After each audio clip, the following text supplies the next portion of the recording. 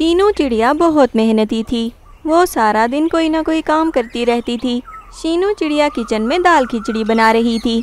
वो बढ़िया सी दाल खिचड़ी बनाकर अपने पति गट्टू के पास लेकर जाती है। गट्टू जी, ये देखिए मैंने आपके लिए दाल खिचड़ी बनाई है, ज़रा खाकर बताइए तो कैसी बनी है।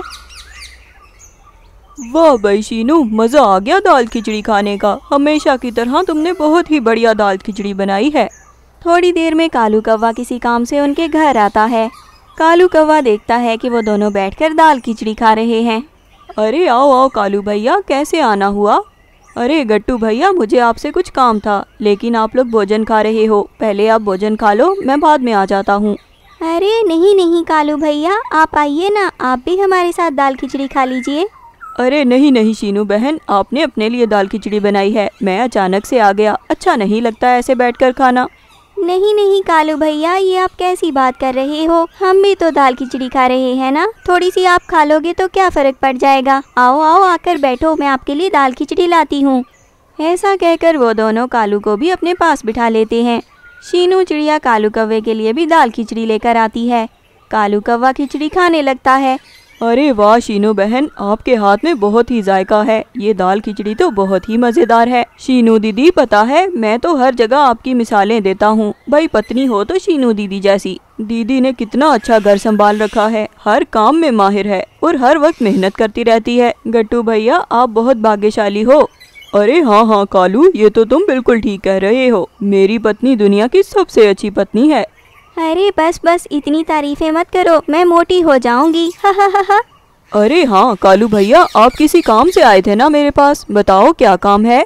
गट्टू भैया, आप तो जानते हो मेरे आसपास कोई नहीं है, मैं तो बिल्कुल अकेला रहता हूँ। काम पर भी जाना होता है और घर आकर खाना भी बनाना पड़ता है और बाकी सारे घर के काम भी करने पड़ते हैं। और वैसे भी मैं बहुत अकेला महसूस करता हूँ खुद को। परिवार में तो कोई है नहीं मेरे साथ, इसीलिए मैंने सोचा कि आपसे और शीनू दीदी से बात करता हूँ इस बारे में। बस जरा सी झिझक हो रही है, पता नहीं ऐसी बात आपसे करनी चाहिए या नहीं।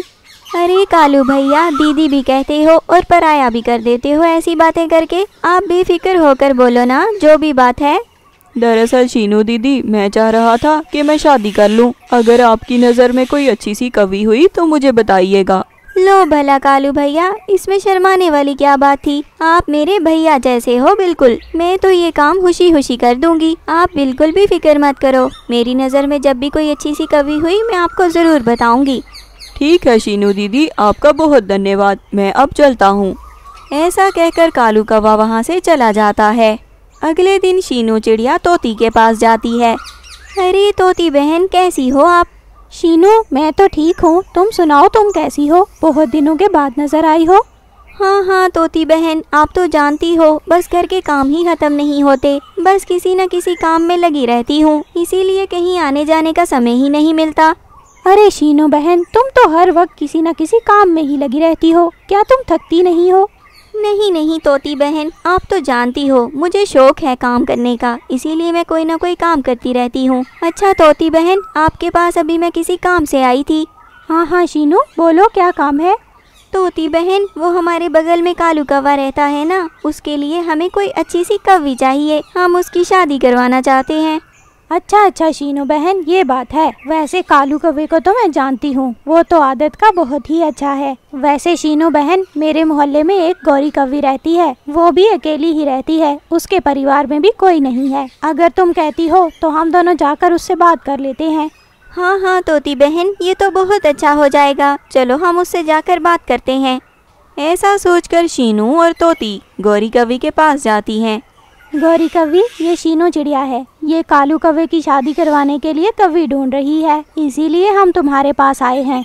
हाँ हाँ गौरी बहन, तोती बहन ने मुझे बताया कि आप अकेली ही रहती हो, अगर आपके परिवार में कोई बड़ा होता तो हम उनसे बात कर लेते, लेकिन आपके परिवार में कोई नहीं है, इसीलिए हम आपसे बात करने के लिए आए हैं। आप कालू भैया के साथ शादी कर लो, कालू भैया बहुत ही अच्छे हैं, उनके परिवार में भी कोई नहीं है, वो अकेले ही रहते हैं और यहाँ आप भी अकेली रहती हो, आप दोनों शादी करके बहुत खुश रहोगे, आप उनसे शादी कर लो।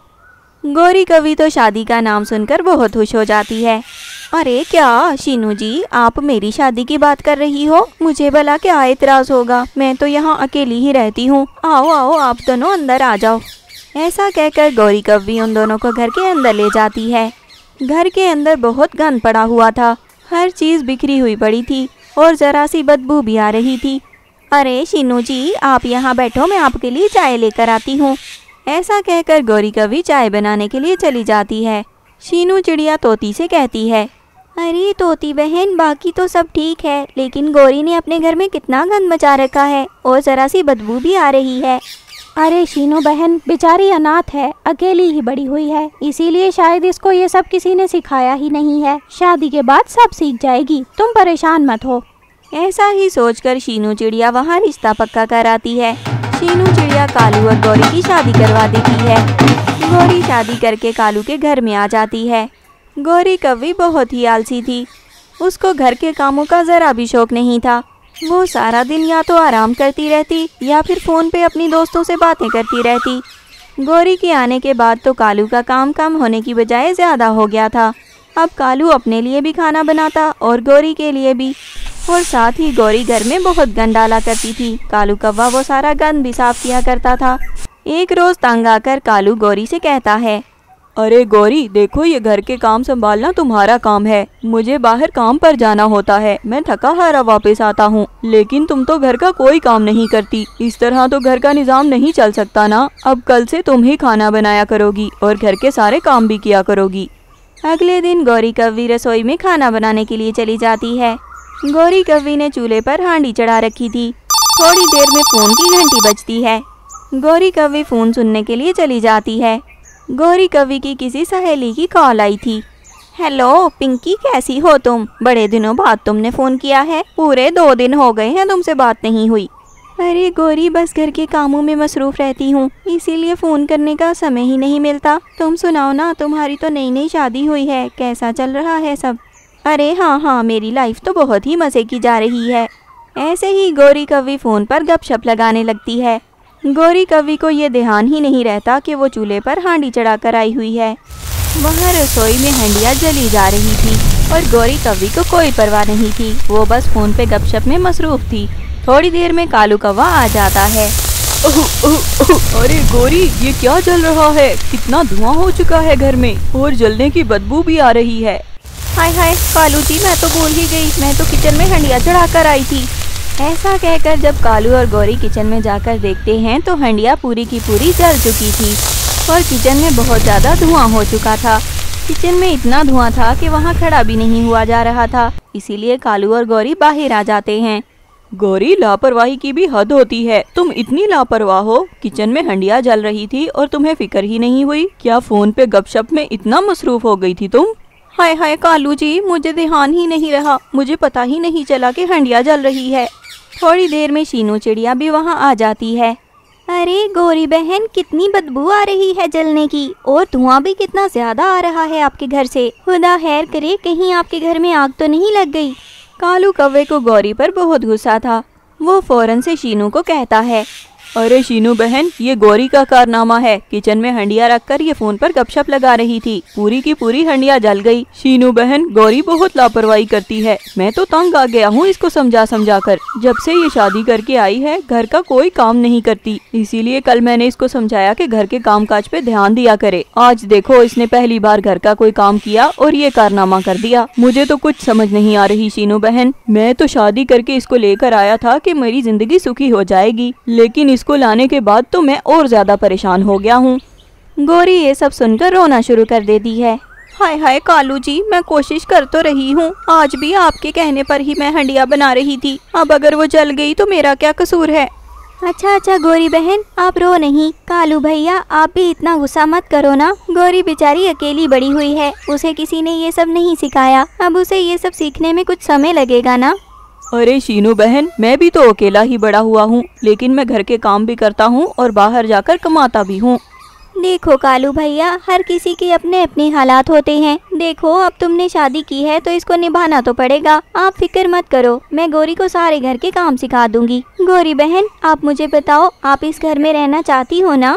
हाँ शीनू बहन, मैं सब करने के लिए तैयार हूँ। आइंदा मैं कोई लापरवाही नहीं करूँगी, ना ही मैं फ़ोन पर गपशप लगाया करूँगी और ना ही सारा दिन आराम किया करूँगी। कालू जी, आप भी मुझे माफ़ कर दो और मुझे थोड़ा समय दे दो, मैं आहिस्ता आहिस्ता सब सीख जाऊँगी। ऐसा कहकर शीनू चिड़िया रोज गौरी कौवी के घर जाना शुरू कर देती है। शीनू चिड़िया गौरी को सारे घर के काम सिखा देती है। कुछ ही समय में गौरी भी शीनू की तरह अच्छे से घर संभालने लगती है। अब गौरी लापरवाही भी नहीं किया करती थी, सारा दिन फोन पर गपशप भी नहीं लगाया करती थी और जरूरत से ज्यादा आराम भी नहीं किया करती थी। गौरी कौवी बहुत अच्छे से घर संभाल लेती है।